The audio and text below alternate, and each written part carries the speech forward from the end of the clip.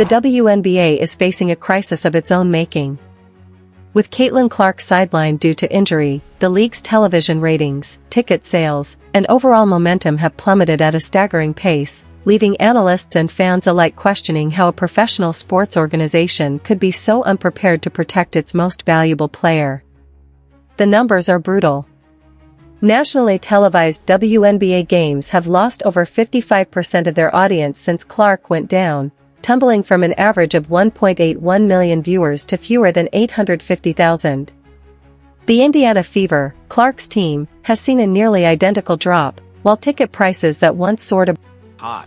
News is alarming for the league, and it's alarming for the league because this is such a crucial year for the WNBA. At the end of this season, the WNBA will go into CBA negotiations. If negotiations go well, then every single player in the WNBA has a much better chance of making so much more in their next contract. And that's one thing when you start thinking about how many people stopped watching when Caitlin Clark got injured. A lot of people stopped watching because they are boycotting the WNBA. They don't want to give viewership to any other teams or any other players, whether they like other players on the team or not, because of how the media and the league itself has handled Caitlin above Clark. $800 for marquee matchups have collapsed to under $250.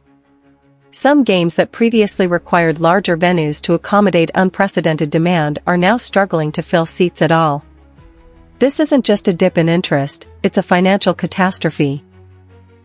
Clark accounts for more than a quarter of the league's total economic impact, yet the WNBA has allowed her to endure constant targeting and harsh fouls with little intervention. Critics, including veteran journalist Christine Brennan, have blasted the league's inability to protect its biggest star, pointing out that Clark's injuries are not only derailing her rookie season but also exposing the WNBA's alarming over-reliance on a single player to sustain its business. The cleanup, I believe the physicality and all this hacking and fouling that goes on, she getting blindsided by Marina Mabrey. I think all of this stuff is having a wear and tear and an impact. And all you guys are doing are hurting yourselves, because the numbers are going to drop and drop and drop. And trust me, when it's time for that collective bargaining agreement, they are going to point to this and say, well, how can we give you guys all this money? What happens if she gets hurt? The situation carries serious long-term consequences. The league is heading into critical collective bargaining agreement negotiations at the end of the season, and Clark's absence has already undermined projected revenue and viewership gains that could have strengthened players' bargaining power.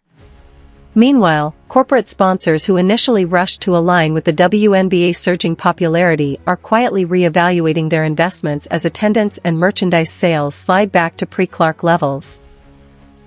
Comparisons to Tiger Woods in golf or Michael Jordan in basketball are inevitable, but the scale of Clark's influence is arguably greater.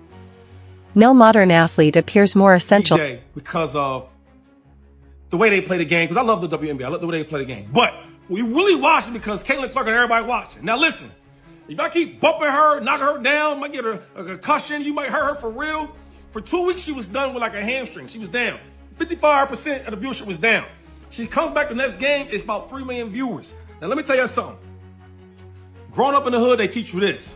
Always protect the money. Y'all keep hurting her and all that. She's going for a year or two. Ain't nobody gonna watch it. If nobody watches, how y'all gonna make and generate money? To their league's survival. Yet instead of embracing and safeguarding her, the WNBA has repeatedly downplayed the risks of over-physical play and ignored mounting fan frustration. The league now faces a sobering reality. Without Caitlin Clark, it reverts to obscurity. Unless officials take urgent steps to protect and promote its stars, the WNBA risks not only losing its brightest attraction but also forfeiting the rare chance Clark provided to build sustainable, long-term growth in women's basketball.